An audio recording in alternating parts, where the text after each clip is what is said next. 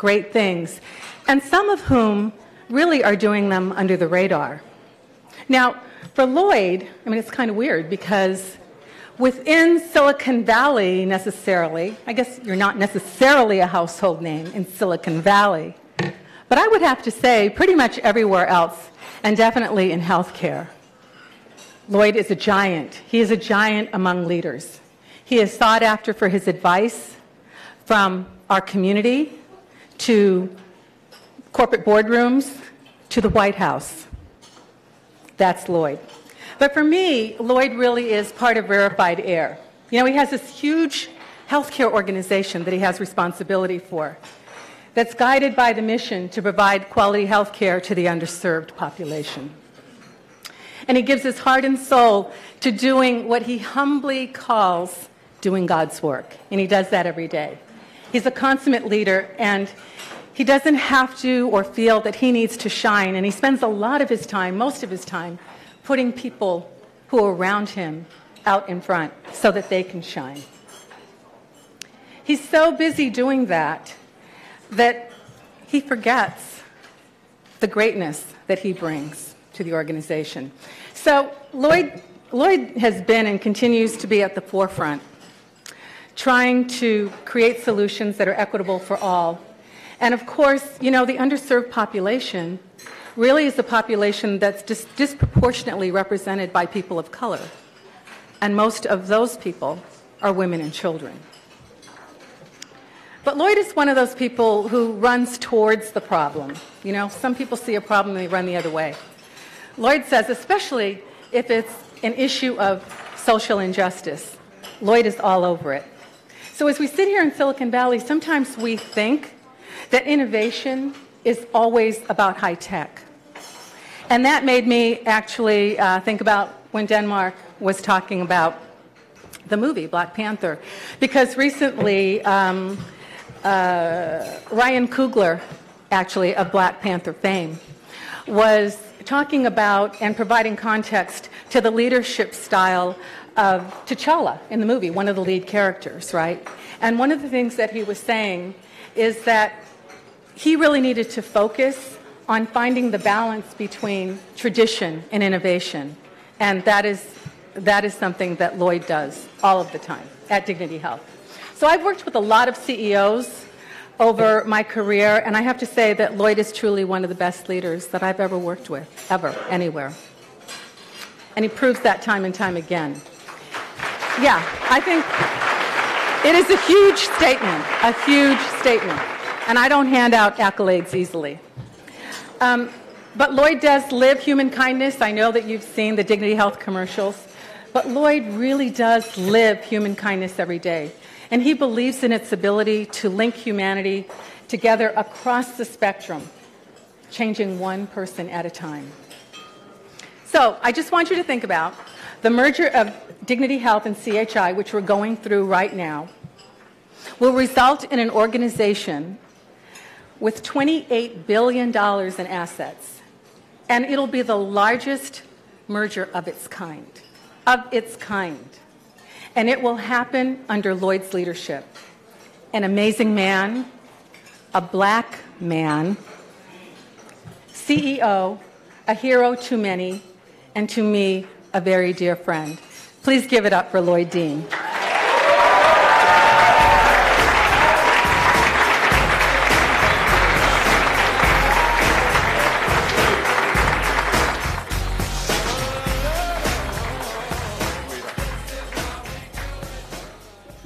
Is the lady bad or what? What? She is. She is. I have 4 minutes, and I'm going to use up exactly every second of that four minutes. First of all, I just want to say it is truly, truly an honor for me to be here. I want to begin by thanking Coretha for that very humbling and over-the-top introduction. I want to say to Andrea and to Denmark, thank you for pulling us all together. When I got here today and I got out of the car, I kind of stood off to the side. And the reason that I stood off to the side is the following.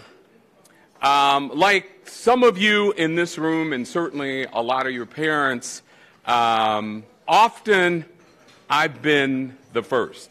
And I've been blessed, and I've traveled all over the world.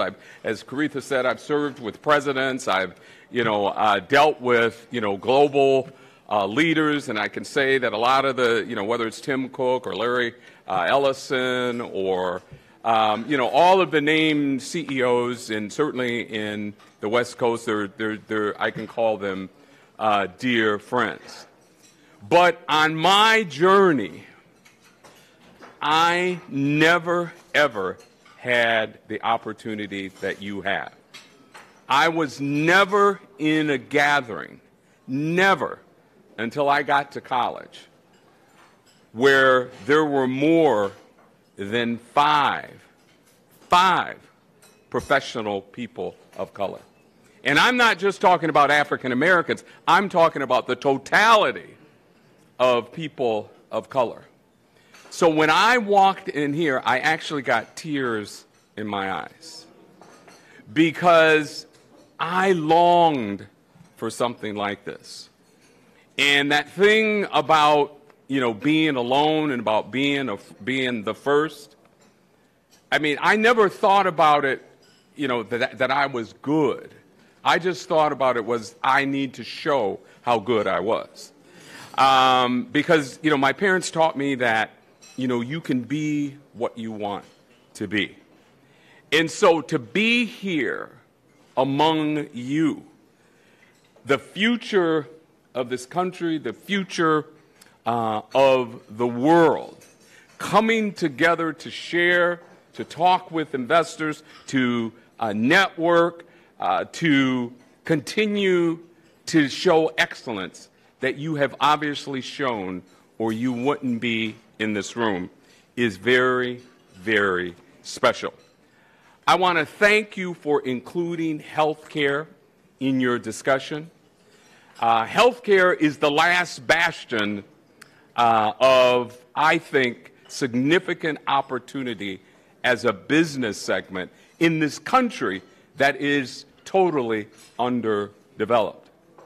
All of the technologies that you've talked about, we at healthcare have been a lagger in accessing that. And that is why we want to invest in you. That's why we've set up tens of millions of dollars to invest in funds.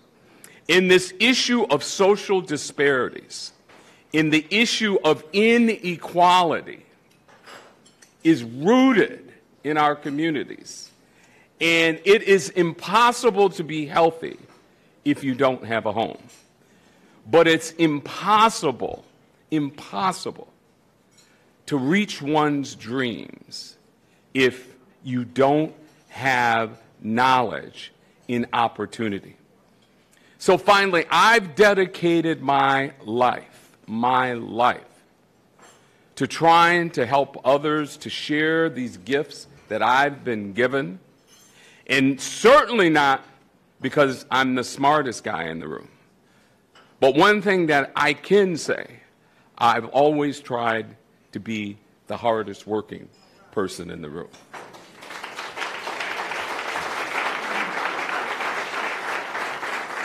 Now, I don't want you to feel sorry for me. I am a Mensa. Now, let's, because some of you look like, oh, ain't that a shame? Ooh, wait. I am being, I don't want you to get crazy about that. But I want to say congratulations to the other honorees. This means a lot to me. I was telling somebody out there, I said, if you live long enough, you'll probably get most awards. And I've gotten more than my share and more than that I probably deserve. But I am deeply touched to be among women and men of color, particularly African Americans, who will do 1,000 times the things that I've been able to do. And all I ask of you is never forget where you came from. Never, ever, never, never, ever forget that you have a gift and an opportunity that compels and demands that you take a hand and you reach back and you help pull somebody else up. May God bless you all, and thank you so much. Thank you.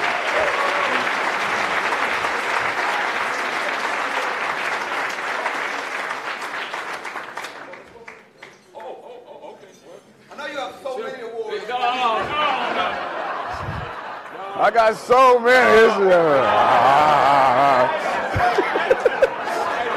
Come here, Miss Coleman. Come on. Yeah, Aretha. Yeah, but see, most of the awards I got were posthumously. Okay. So I have risen from the dead. Okay. All right. Well, Thank absolutely. you. You come get in the middle. Oh yeah. Yeah. There we go.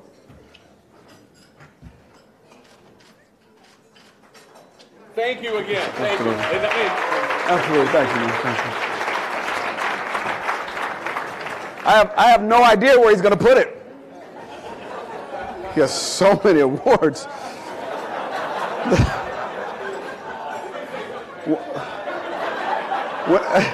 Whenever somebody says I'm not the smartest person in the room, they're usually saying I'm the smartest person in the room. You ain't slick. All right. To bring up our next honoree is a very gifted storyteller who's a best-selling author. And her latest venture is the book, Talk Yourself Happy, Transform Your Heart by Speaking God's Promises. She's also a television host and producer and reporter who has had very in-depth interviews with authors, celebrities, and public figures such as Secretary of State Condoleezza Rice and TV mogul Tyler Perry. Tyler Perry. Please welcome to the stage Christy Watts.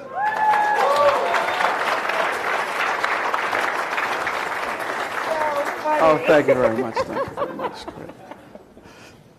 I love that. Oh my goodness. I have to tell you how excited I am. First of all, there is so much beauty here and loveliness and excellence. I'm overwhelmed, and people who are just simply straight up the bomb. That's what we say in New Jersey. All the New Jersey people, hoo-hoo! Hoo-hoo! All right, West Coast people, ooh-ooh.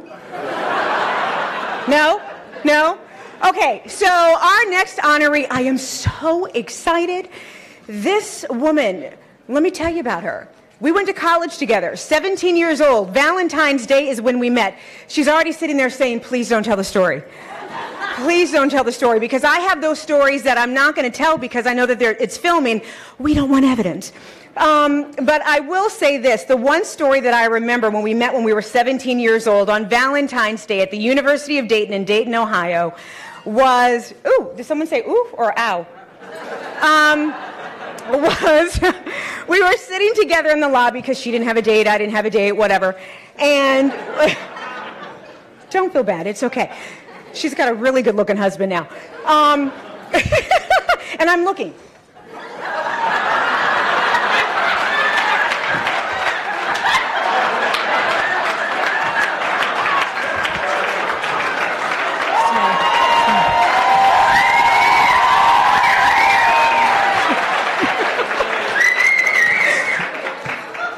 I will stay focused. We were 17 years old, no, and one of my favorite all-time stories, we would talk for hours and hours and hours about everything. And, you know, this honoree, I'm not going to say her name yet, would talk about how when she was in high school, she was a long-distance runner, and every day she would run miles and miles and miles and miles, and she would talk about how when she would run those races, her feet sometimes would bleed and her legs would cramp, and she, you know, sometimes the elements in St. Louis were so difficult, she was thinking, how am I going to make it through? But not only did she run the race, win the race, but she would pass out after the race. And I was like, girl, not for nothing. All you had to say was my feet hurt, and I would be like, go ahead, run it, go. I would have no problem. But she always ran the race, succeeded, and did an extraordinary job. Now, at 17 years old, when she told me that story, I remember sitting there thinking, man, the drive, the perseverance, what is it in her? But after 30 years of watching her grow and learn as a mom and a mogul and a businesswoman and a wife and a colleague, I realized that it wasn't just the drive that made her successful, or the dig deepness in her that made her successful, or the level of perseverance that made her successful. It was her heart. Because the truth of the matter was, she thought, I wanted to show my teammates that if I could run through the pain, if I could run through those obstacles, if I could run through the cramps and succeed and make it across that finish line, then you could do it too. That's why she is our honoree. Peggy Alford, girl, get on up here.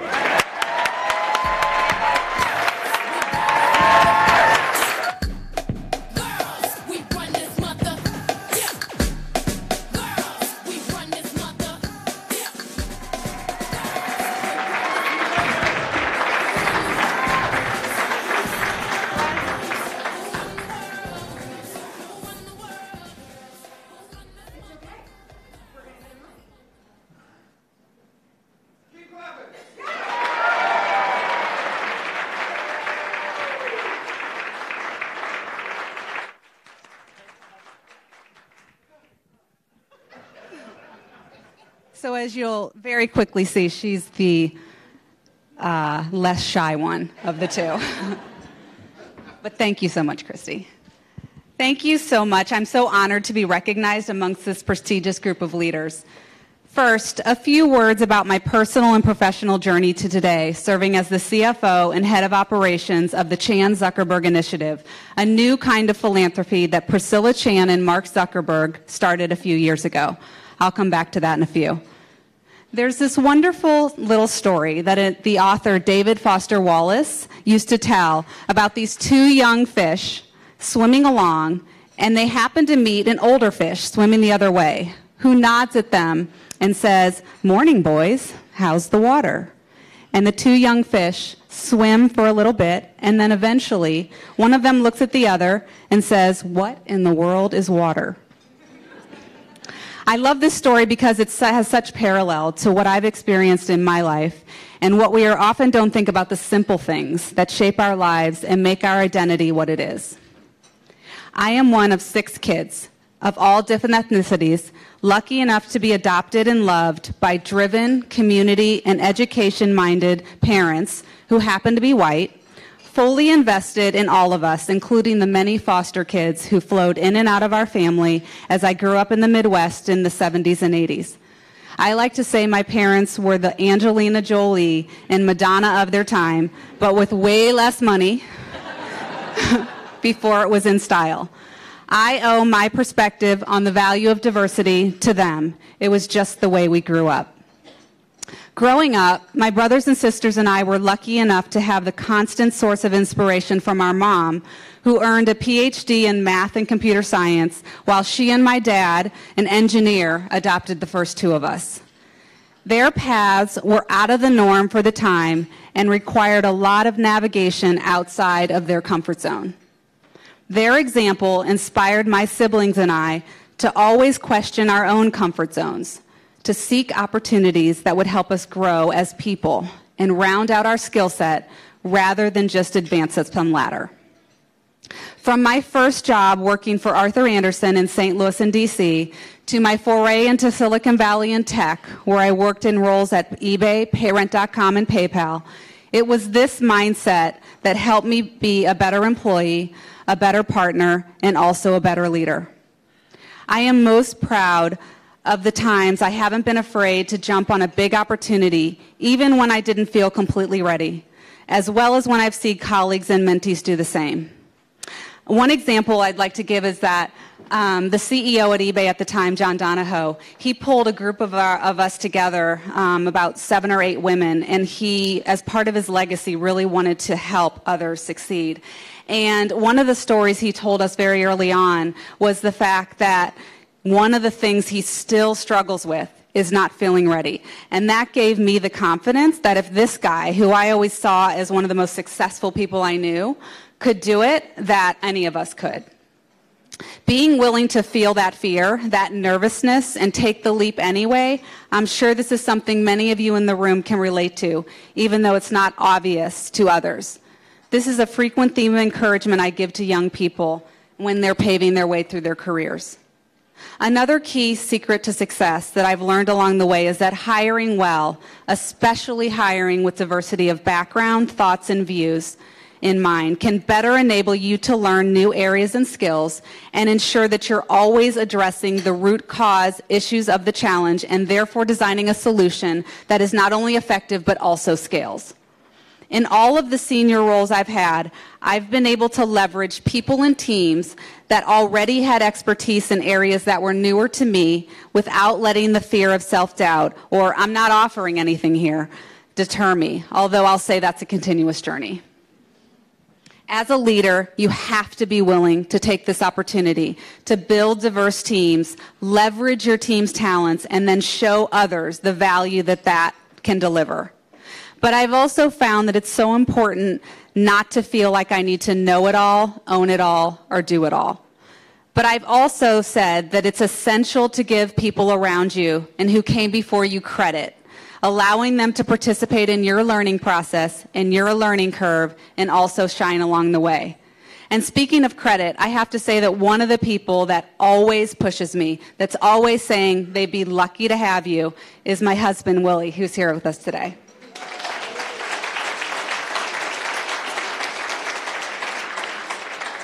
Now to my current learning curve.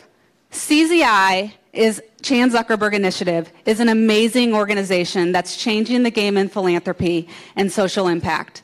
I feel so lucky and privileged to be part of the ambitious mission that Mark Zuckerberg and Priscilla Chan have set out on.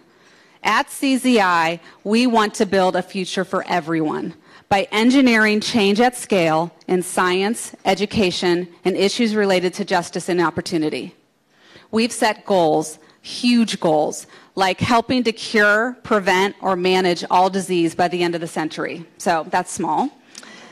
Empowering every learner to succeed in this ever-changing world and breaking down systemic barriers to opportunity through criminal justice reform, access to affordable housing, and greater economic mobility for all. And we're unique in that the backbone of this organization is technology, which serves as an accelerator to deliver those solutions to many. But something that is especially close to my heart is that CZI believes that the only way we can design solutions that truly address the root cause issues in these areas of focus is to build an organization that reflects the communities we serve. Quick PSA, table over here in the back, my colleagues are here. Make sure to have people from recruiting. We are hiring. I'm learning a great deal on the expertise of members of my team and other colleagues, some of whom I'm pleased to have here with me today. In closing, let me again say what an honor it is to be receiving this award. I love what Andrea and Denmark and the team are building with Culture Shift Labs and weekends, and the theme that there is, in fact, profit in diversity.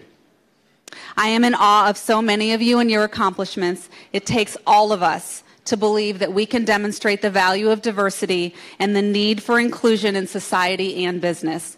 I look forward to continuing this journey with each of you. Thank you so much.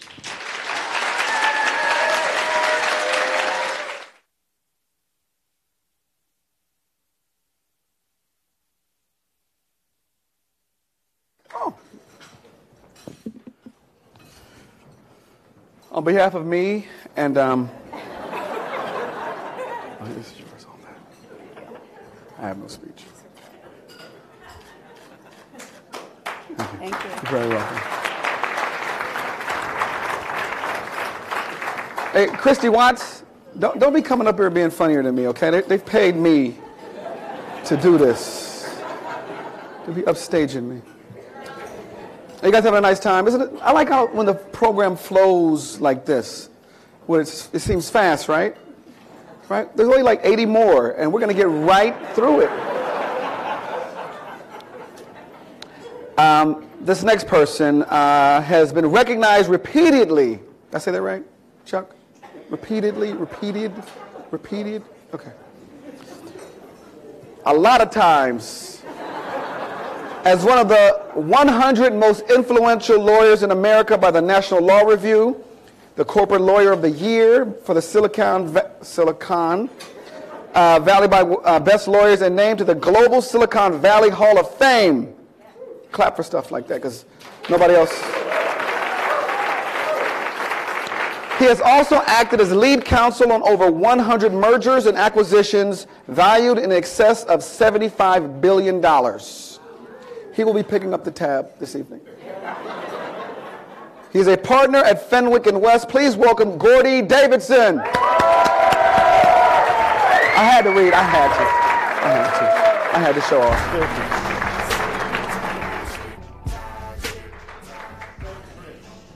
This one on? Thank you, Chris, for that kind introduction. You made all that shit up, right?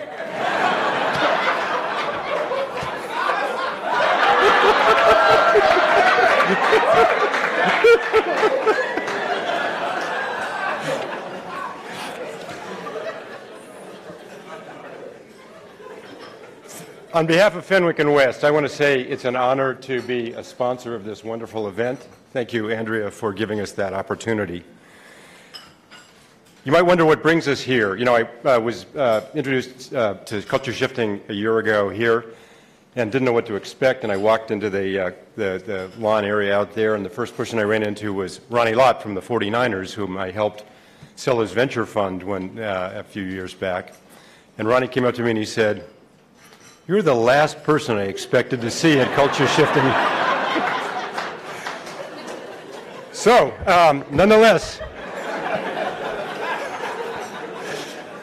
I'm back.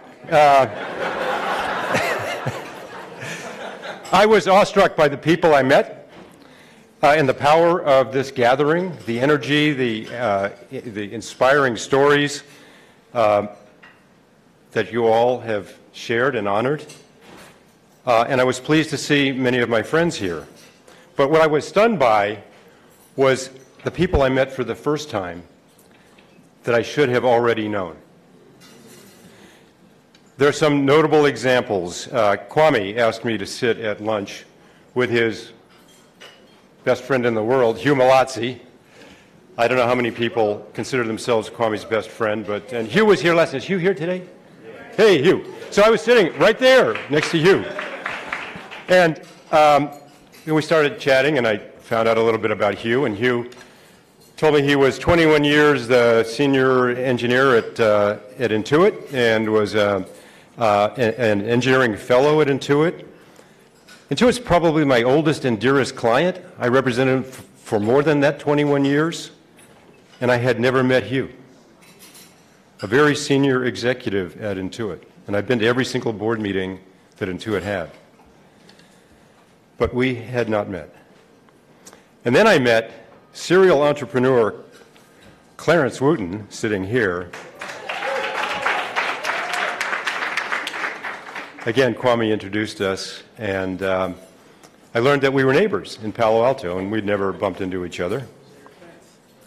And a few months later, my wife and I had to have some work done on our backyard fence because some plants from the backyard neighbor were overgrowing the fence, and it kind of collapsed. And so Carolyn walked around the block and knocked on the door and asked Clarence if we could enter the backyard to straighten out the fence. And he said, "I met your husband at Culture Shifting Weekend." And how long have you lived there? 3 or 4 years. 3 or 4 years. I mean, we had not met. And I can see from my family room, I can see your TV.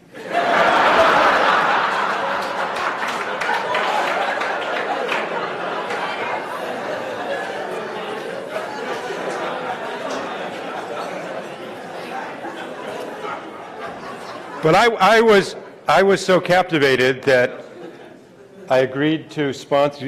I convinced our firm to co-sponsor the New York City Culture Weekend event, and I went 3,000 miles to meet Danny Allen from. Where's Danny? Danny. who, as you know, is he runs SAP Labs in Palo Alto. Why did I have to go across the country to meet Danny? Now, since then, we've gotten together several times. But at the dinner, the VIP dinner that weekend, I was sitting with a group of women, and I met 10 black venture capitalists from Palo Alto. And we had never met. And I think I know every venture capitalist within a 500-yard radius of this building. But I hadn't met them. So it's the connections that are the power, I think, of Culture Shifting Weekend. And the question is, what can we do together? As lawyers, we have the privilege to work with a number of the entrepreneurs and technology and life science companies that are changing the world. And I've had the pleasure of working with some of the luminaries, John Thompson, Ken Coleman, Shelley Archambault, who regrets that this is going to be the first Culture Shifting Weekend she's ever missed. She's on a trip at the moment. And last year we celebrated Robin Washington, Lloyd Carney, Isaac Vaughan. But there are too few of such role models in Silicon Valley. We need to be finding, funding, mentoring, and promoting their successors. That's part of the mission Kwame and his Black Angel Fund are on. I'm pleased to be part of that. One of the things that I do is I represent a number of the boards in Silicon Valley, and I try to help them with their diversity recruiting. And over the last 5 years, we've made some pretty good progress recruiting women to boards in Silicon Valley. And a very hopeful sign is during the last year, the conversation has shifted from how can we recruit some women. And by the way, Gordy, can you ask Sheryl Sandberg if she's willing to join our board? And I said, you must be kidding, right? You've got to think of somebody other than Sheryl Sandberg. She is boarded up. But the discussion has shifted. And in the last year, our clients have added Ken Chenault to the board, 2 of our clients. General Colin Powell, Mary Bush, Kay Foster Cheek, Stacey Brown Philpott. So it's starting to happen. And I think the momentum will gather. But just as when we think about recruiting women to the boards, we have to look beyond the usual suspects, like Sheryl Sandberg. We have to look to the hidden figures, like the wonderful women that you saw on stage earlier. And we look forward to partnering with Andrea, who, as she mentioned, has a database of 5,000 highly qualified African Americans who would like to serve on boards. So we're going to try to leverage that and bring more colorful boardrooms to Silicon Valley. Thank you for the opportunity to be here.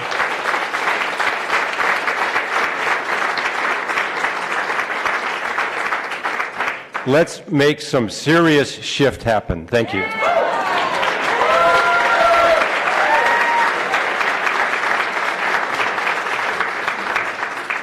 Shift. Yes, okay, just making sure. Shift. One more time for Gordy.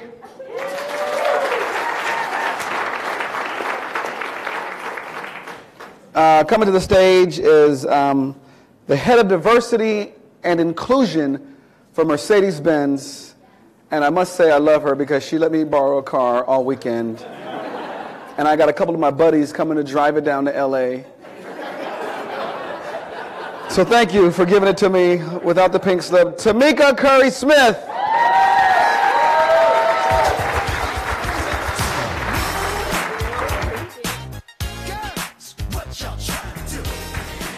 Good afternoon, everyone.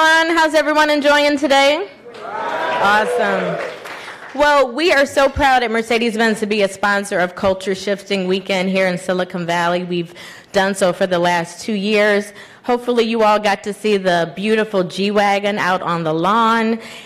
We also had some cars available, as Chris mentioned, for guests of the Four Seasons at Palo Alto, to just get a sense of ride and drive and see the luxury offerings that we have at Mercedes-Benz USA. And so one other thing that we did is we had a raffle, which hopefully you all put... Oops. That was not a part of the plan. And the winner is... Okay, you gotta help me, Chris. I'm just adding a little extra to the show. This suit is tight, so I can't...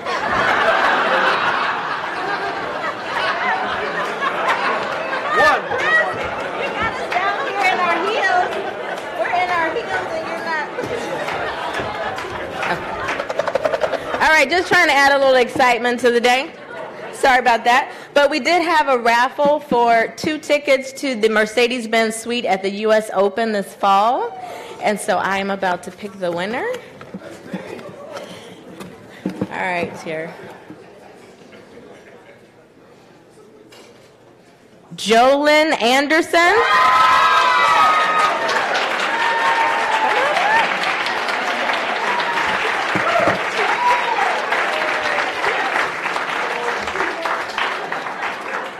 Congratulations.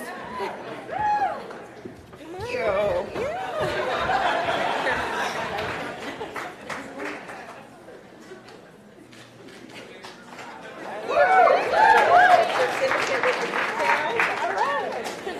Thank you. All right.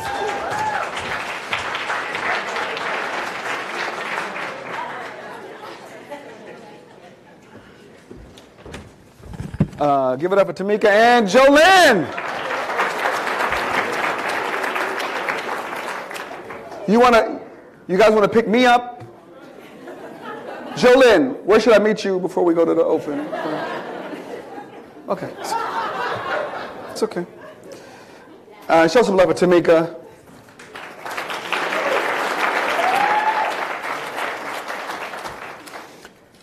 This next young man is a principal in Amazon business development team and focuses on the interoperability of Alexa. It's pretty good. You didn't think I could say it, did you? How many people have Alexa? It's incredible, isn't it? Let me tell you when I did an accident. The other day, I called Alexa Siri. And now neither one of them are talking to me.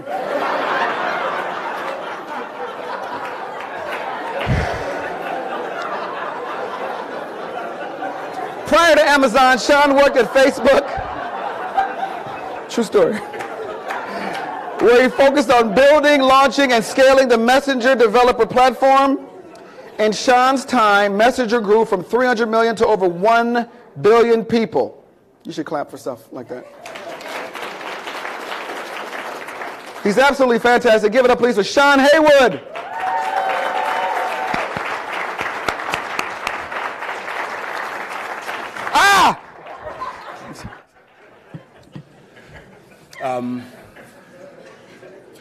So I've known this honoree, Emeel Shabana, for 13 years and had the privilege to work for and immediately next to him for the last 4.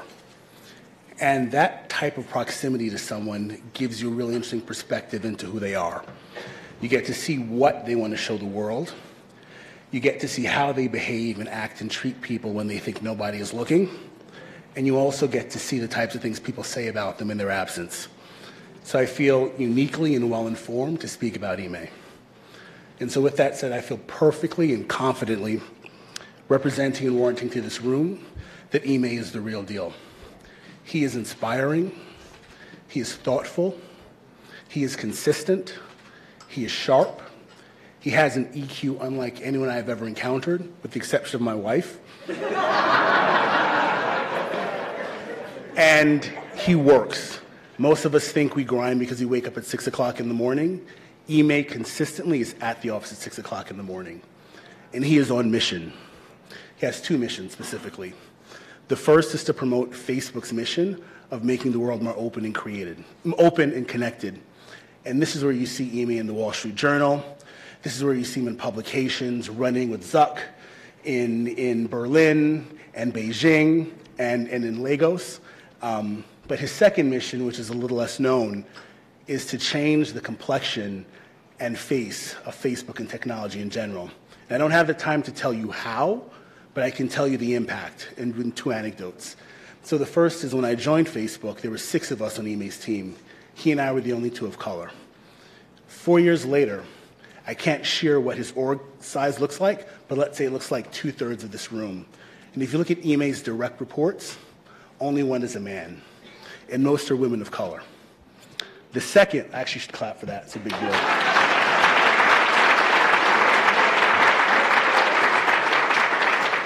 The second piece, if you look at Emeel's team, the building where we sit, the folks of color have unofficially began to call it Atlanta.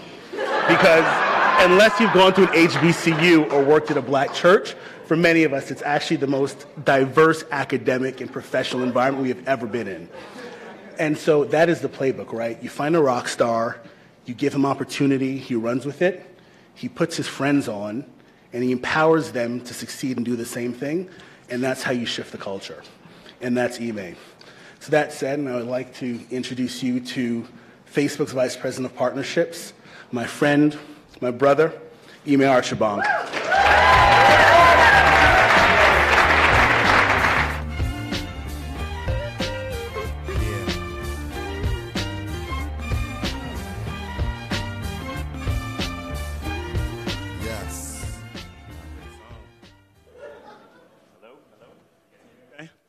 All right. Thank you, Sean. I'm all messed up in the head now after hearing that intro, but I'll try to keep it together and actually keep it fairly short. So when I was told that I could potentially get this honoree, I think my initial response was, what? This is the same weekend that I've gone to where you guys have honored people like Shelley and Ken and so on and so forth. Like, there's no way I could be up on stage with those folks. I'm just beginning and starting my journey right now. So then 2 things got triggered for me. The first was something that my Nigerian grandmother used to always say to me. I know I got some Naija in the house, so just picture mama, all right, Naija, all right? So just picture mama in Igbo saying essentially a phrase that is, if someone tries to put something sweet in your mouth, you don't spit it out, right? So I first want to just say thank you to the folks who continue to put on this weekend for bringing this community together, because this community has been part of my journey, which I'll talk about here in a second, and will continue to be part of my journey going forward. So thank you very much. The second thing that I thought about when I got this award was something that I've been nerding out on a little bit lately, which is the writings of Joseph Campbell. Are any of you guys familiar with Joseph Campbell? All right, so for those who aren't, I'll geek out for a second. All right, so Professor Joseph Campbell in 1949 wrote a book called The Hero of a Thousand Faces. This book, essentially the story of dozens, if not even hundreds, of heroes, both mythological and also real people, that are all traveling and tells their journey together. Their journeys are very similar. He captures and calls it the hero's journey. All very similar. Unassuming person, ordinary person, reluctant to take a call to action, but with the help of a mentor gets propelled into this new world to start their journey. Along the journey, they face barriers, they face challenges, they win some things, they lose some things, all with the help of enemies and also friends that they meet along the way. Along the way, they arguably and hopefully gain new skills and gain new knowledge. Joseph Campbell calls this the boon, right? Everyone captures the boon, and you go and you take that boon back to your community, hopefully transformed and changed as a hero to improve and make your ordinary world better. So when I think about the journey that I'm on right now, I think about the mentors that have touched me. There's a gentleman named John Rice, who many of you know in this room. I think he was actually here last year, who was that mentor that propelled me and had me take that first step along my journey. See, I was an aspiring professional basketball player, and when that didn't work out for me after undergrad, it was John who said, whoa, you have a CS and EE degree? Like, you need to go to the Valley, my friend. I was on the East Coast. You need to go to the Valley. You need to go to the Valley. So I went to the Valley. Unfortunately, I made the wrong decision. I went to the wrong Valley. I went down to Tucson, Arizona, which was known as the Optics Valley. Your journeys go a bunch of different directions, right? But actually, there was 2 great things that came out of Tucson, Arizona for me. The first was I actually learned what my purpose was. So I was working on storage systems and servers, which I could bore you with for a while. But I think I learned in that moment and over the course of those couple of years that I did not just love technology and innovation for the pursuit of technology and innovation. Making things faster, smaller, cheaper was not exciting to me. What actually was most exciting for me was where innovation and technology bumped up against humanity and human ideas. And I knew from that point on that that's what I had to follow, and that's what to go for. The second thing that Tucson gave me, and that I think John gave me as a mentor, was an introduction into the MLT community, Management Leadership for Tomorrow. And I see a lot of you guys shaking your heads here because you're part of this community too. That's where I started to meet that second piece of the hero's journey, right, which is your friends, the people that are going to be with you along the way. Many of them who are sitting in this room today, many of them who are right here at this table that came to support me today. Francis, one of the first people that I've met along my MLT journey, has been a part of my board of directors for the last 13, 14, 15 years. I don't even know how long we've known each other now at this point, both personally and professionally, pushing me and striving and pushing so that I continue to be better. Sean, who you guys just heard from, was another journey, another friend that I met along the way. When I was trying to get out of the wrong valley up into the right valley, Sean was at Stanford Business School, and I got the opportunity to walk through campus with him. And I've told him this story before, so I won't tell it in full length or full detail. But Sean said a couple things during that walk that had me inspired and said, hey, if he as an African-American male can think, be as confident, and be as successful as he is here in Silicon Valley is for me, and that's the reason why I came up to the Valley initially. Since then, I found my place to Facebook, which again is like right there at the cusp of technology bumping up against humanity and society, and it's been fantastic. Facebook is also a very hard place to work, right? And any organization, you know you have to have your friends internally, and one of the first people that I met when I got to Facebook was Lauren Hale, who's sitting here and is now running all education partnerships for the company. Now, if I tell you that I've cried, I've laughed, I've smiled with Lauren and other black employees at Facebook, and that's one of the reasons why I've made it so far and hope to make it another 10 years, it's the truth. So fast forward to the last thing, which is the boon. Yes, like I've gained some skills and some knowledge along the way. I still feel like I'm a part of my journey. Do I know what I'm yet giving back to my community when it's all said and done? Like, no. But along the way, as Sean has highlighted, there's little things that I know that everyone in this room is doing that I'm just trying to play my part and do too. Whether it's hiring more folks that look like me at our company, whether it's investing in the local communities right around Menlo Park and East Palo Alto and East Menlo Park, and so on and so on and so on. Ultimately, it's all about trying to figure out how I can give back to this community and serving this community. So one thing that I will promise, actually the song that played when I came on stage was Common B. And there's a quote at the very end of the song, which if you guys are familiar with the song, where Common goes, never looking back or too far in front of me, the present is a gift and I just want to be. And all I can say is that I continue to just want to be where I am. I will continue to give to this community as I'm sitting here trying to be who I'm being. As I look to the future, hopefully I'll continue giving back to the community. Thank you.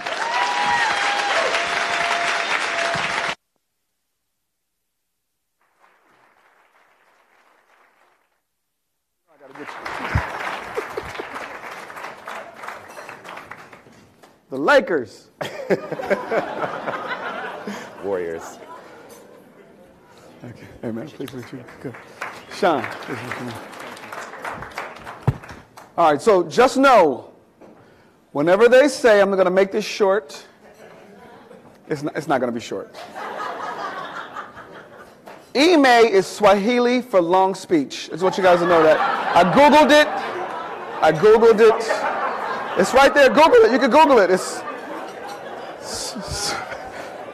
Swahili for our presentation. We have a little surprise for you. So if you look at the monitor, we have a special something from someone special. Hello, and thank you for this opportunity to share this brief message of congratulations to today's honorees. Among them is my good friend Denise Young Smith, who has been a long-time trailblazer for diversity in Silicon Valley and beyond.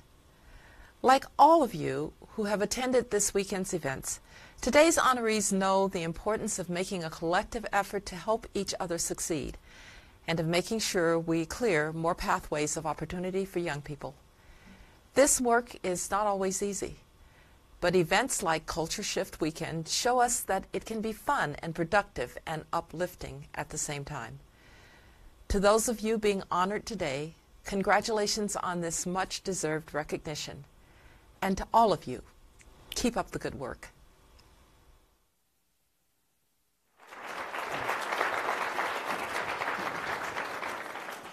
I had a great time directing that video with her. Coming up are two young men. One is born in Nigeria, raised in Botswana. He's a software engineer working in Central QA at Apple. The other one is an award-winning health and wellness expert and the author of 3 critically acclaimed books on fitness. Please welcome Chuck. I'm not going to say the whole thing because I'm going to try. Charles. No. Chuck Wumuwele.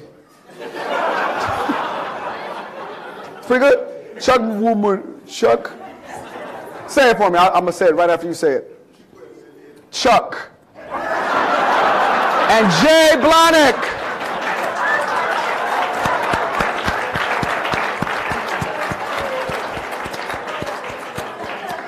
I tried, Chuck. I tried.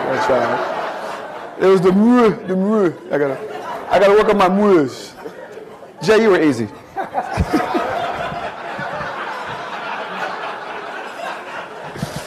not a young man. As you introduced me as a young man, I love that.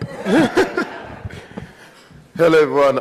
You guys probably heard the short version of my name. The long version is Chukwu Emelie. That's what I said. Onguboya.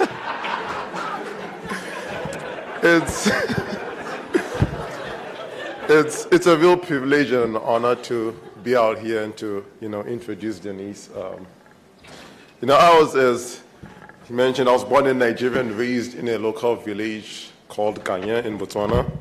And in 2013 I left Botswana to pursue an engineering degree at Allen University. My dream was to become a software engineer, but I would have never imagined I would be here if it were not for the work of Denise Young Smith. In my senior year at Allen University, I discovered the Thurgood Marshall College Fund and landed a scholarship and immersion experience at Apple.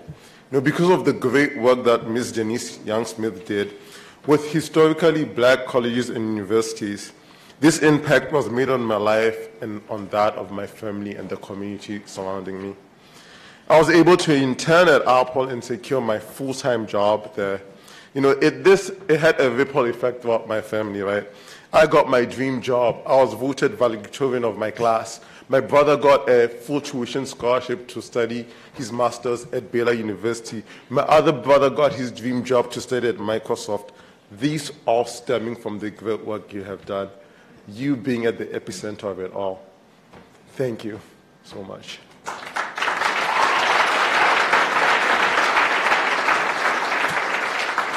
And now I'd like to introduce one of my esteemed colleagues, Jay Blahnik. I hope I pronounced that well.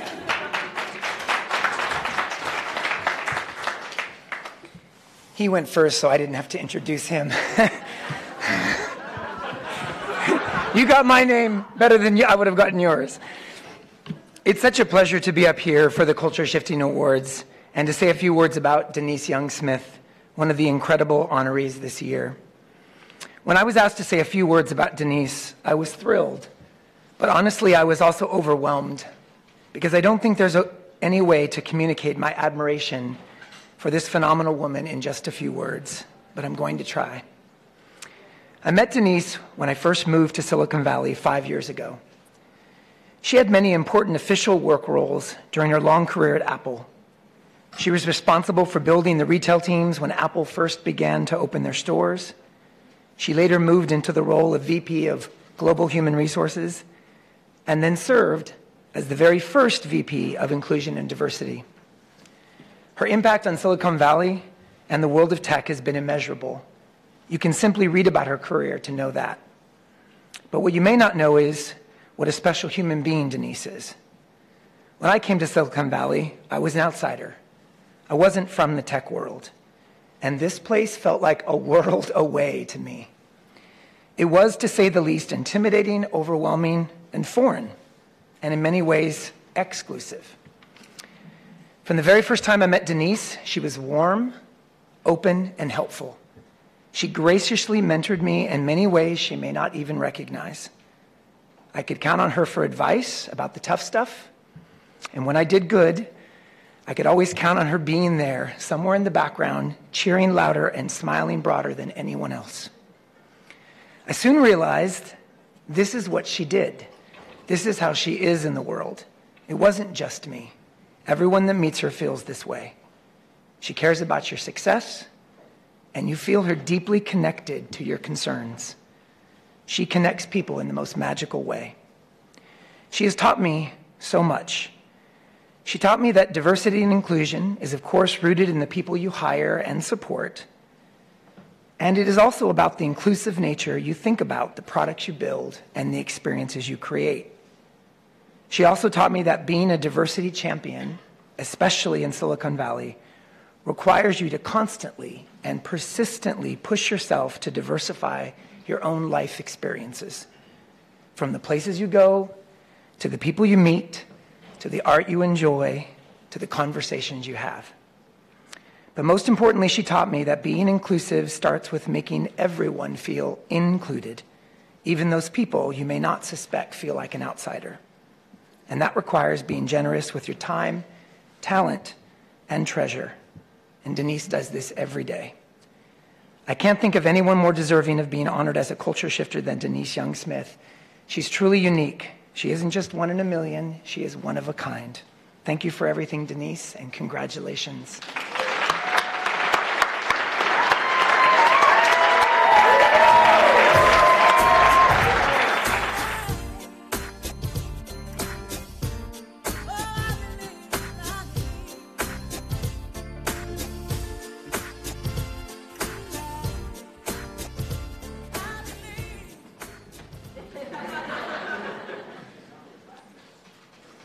Where's the gentleman from Moet?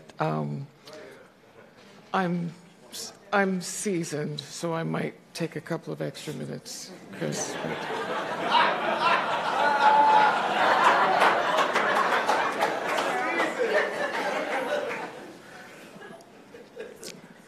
Thank you for your attention to these wonderful stories and to these wonderful voices. I am the only daughter of a sharecropper's son and a minister's daughter. And like many of my generation, my narrative spans the South and the urban migration. And like many of our generation, we internalize the work twice as hard mantra. And we put our heads down and we did just that. I worked for over 2 decades at a company where the expected cultural norm was to do just that. Work hard, always toward a higher purpose and calling. And we didn't talk about ourselves, our story. Well, we didn't talk about anything. So there was a cultural alignment for me. I recall May 26, 2010, when Apple surpassed Microsoft's market cap, and Steve pulled everybody together and basically said, so this just happened, and it's a big enough deal that I thought we should come together and mark the moment. But he was reflective and wanted to think about the implications, getting to be big, greater responsibility and accountability. And I think we were all together for maybe 10 minutes. And then he said, Walt Disney said, we are only as good as our next movie, and we are only as good as our next product, so back to work. And I recall thinking, this is exactly what my family, my upbringing would have done. Show gratitude, reflect, and then keep it moving. Interestingly enough, in my family story, I recall the variety of experiences I was shown and exposed to. Growing up in a multicultural community, I had every race and kind of friend. And because I had close relatives in New York, I was exposed to the performing arts before even going to school. Saw my first Broadway show, full theatrical ballet, and every name museum. Those experiences ignited my mind and my creative spirit. I visited and stayed lengths of time in my father's rural Louisiana homeland and felt and saw firsthand how the segregated South assaulted our existence. My father left Louisiana for the state of Colorado, generally or primarily because his mother and father had been afflicted with tuberculosis. And he was determined to get to a place and take family members to a place where they had every chance to be healthy and to seek treatment. Those experiences shaped my values and assured I knew how to hope and believe in things beyond my surroundings. I was a National Merit Scholar and had letters from MIT and other great schools, but I ultimately chose Louisiana as the place I wanted to be further educated and build from the values I learned there. At a storied historical black college, Grambling State, where aunts and uncles had been professors, and where the marching band made me feel as though Jericho walls would be falling somewhere, somehow, and where teachers held me accountable to a higher point in the grade curve just because they could, but then they would invite me for gumbo over the weekend because they understood belonging in a profound way. So years later, I joined a company and work hard like my family taught me to do. And meanwhile, my parents continued to do the same. My father, with barely a high school education, but with great ethics, honor, and devotion to people and community, became the first black mayor in a major Colorado community where he was known for striving for access and opportunities for those underrepresented. So there I am at Apple when Steve Jobs first takes the company back. And I was working on a confidential project that I had been asked to help with that turned out to be Apple's early retail stores concept. We set them up. We established the fundamental design of the customer experience, how it would be focused on relationship, humanity, and connection versus selling. Next thing I knew, I was leading a global team that took the stores from 20-something to 426 and 15 countries around the world, where the same consistent experience was relied upon globally by millions of people. I then, at Tim Cook's request, moved into a succession of larger roles where new products were shown to the world, new companies were acquired, industries were disrupted, and we stood up the operational infrastructure for diversity and inclusion that will serve Apple for years to come.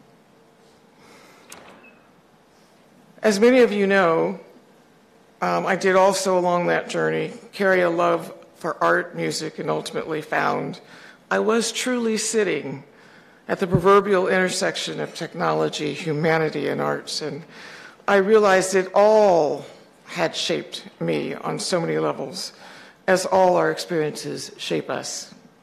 So that brings me to where we are today.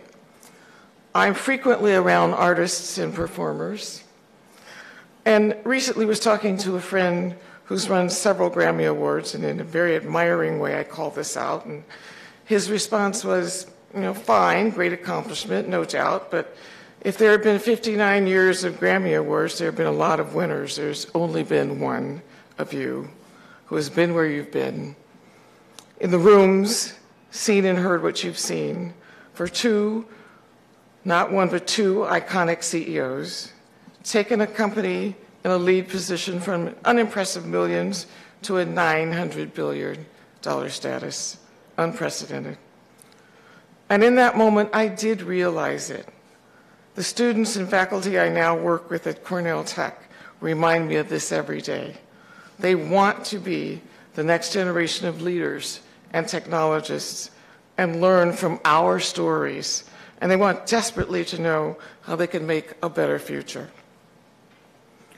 Over the past few years, and it's been at least a couple of other times, it's become very apparent to me that I needed to share more of my story and realize my story was not at all about me. When I began to work very closely with the Thurgood Marshall College Fund, we spent a lot of time nurturing and staying close to this work. When many of the young people received offers, they not only reacted emotionally, but they made comments like, I never knew or thought a company like Apple would consider hiring me. And even as I assured them we were lucky to have them, that statement broke my heart How could they not think that? What part of what story had they not heard? I clearly had not done my part in telling it. Last fall, I was invited to lead a leadership discussion in Bogota, Colombia, for a global audience of young people under 30 from 195 countries, countries that included multiple African nations, Muslim ethnicities, and women from around the world. We had an amazing conversation where we talked about diversity, representation, the importance of telling our stories versus being labeled and numbered, because our history had labeled and numbered us enough. Yet when I emerged from that meeting, something very different and disconnected from what was talked about in the room was widely reported in the news. Well, people who knew me were like, girl, please, we know you. Others landed in places in between, including places of extreme judgment. And that isn't what I questioned. I questioned, why didn't more people know? Why didn't they know my story, who I was, what I stood for? Second-generation fighter for equal opportunity and experiences for our youth, our environment, where all people were treated with dignity and respect. How was this not known? Well, I hadn't done my part in telling it.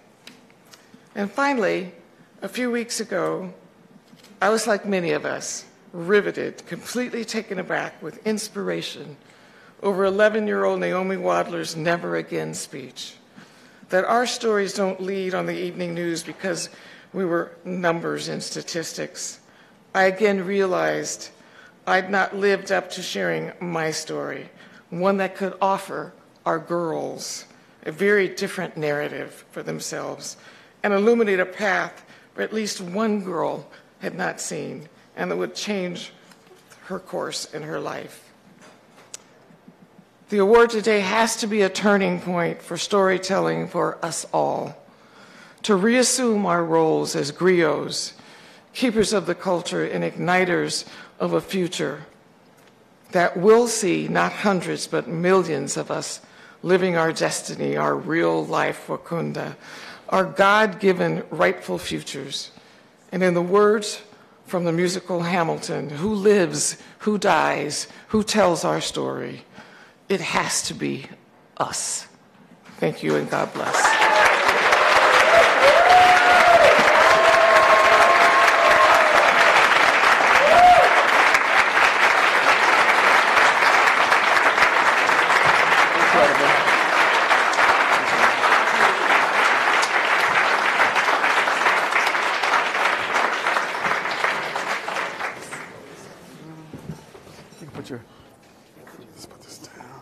That's yours now. Let's come out closer.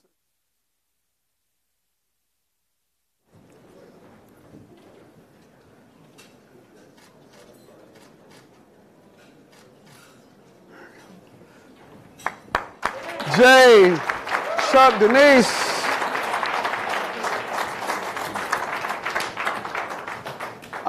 I believe we have come to it.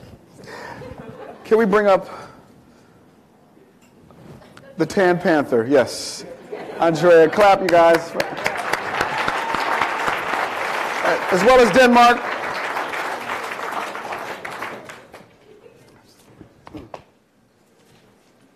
I really don't have much to say other than I'm so inspired. Thank you for making time on a Sunday. You could be at yoga and food shopping and with your children and with your family and church. So this means a lot to me. I don't take that for granted. Denmark and I just want to say some closing remarks. I mean, culture shifting is a weekend of innovation, technology, and social impact all around diversity and inclusion. And I want to make sure that you don't leave here without meeting at least 2 people that you haven't met before. So on the way out, please be deliberate about doing that. And I personally want to thank you again for all that you do for each other and to be here today.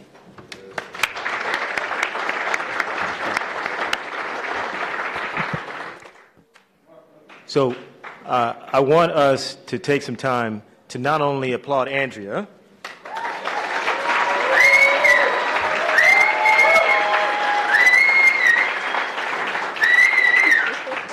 I see you, Tony. But I want you to apply Chris for being such a wonderful MC.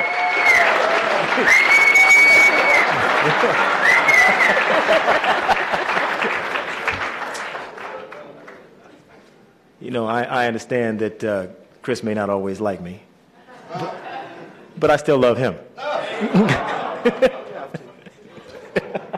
So, just 3 quick things. 1, please congratulate our honorees. So if you have not yet, we have wonderful, amazing, phenomenal honorees. Just go up and not necessarily to have some like wedding reception line, but just to give them a thank you, congratulations. Please do that. That's 1. 2, if you run across somebody who even looks like a sponsor, thank them too. Because they make this happen. So we want to thank them. 3rd thing, to reinforce the point that Andrea just made, please try to meet new people. I know that this is one of those events where, you know, Silicon Valley, there's so much run and gun and rip and go that sometimes you're just happy to get to a place where you see people that you don't see very often. And it just naturally brings people together who already know each other because it's an opportunity to come together. Sort of like what a family reunion feels like. And that's a great thing. Not saying that that's not good. But what we also want to do is we want to expand our network. We want to build a community that's more inclusive, broad-reaching. So in addition to saying hi to your friends, please reach out to new people. And if you don't know either one of us, make that a point too to say hi. So with that, 1 quick question for you. Was this good for you?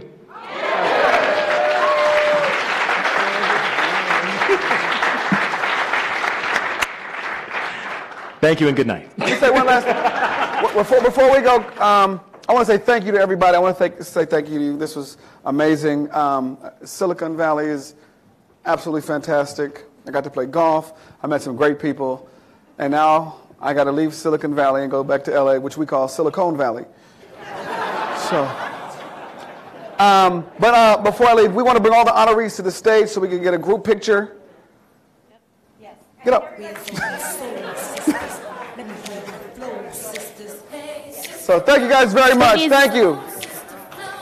Ladies and gentlemen, if honorees, planning committee, and sponsors can make their way to the stage, please. Honorees, planning committee, and sponsors, please make your way to the stage for a photo.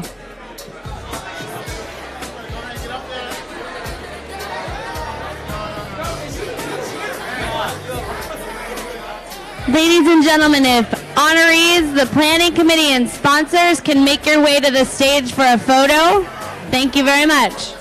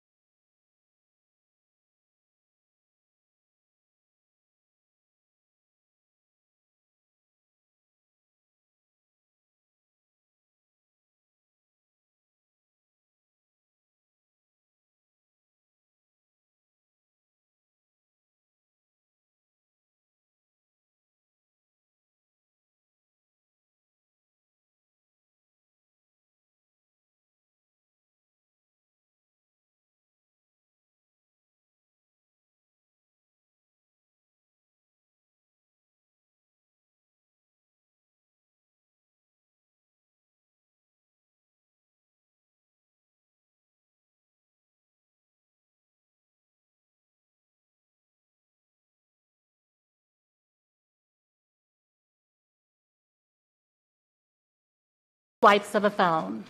In 2000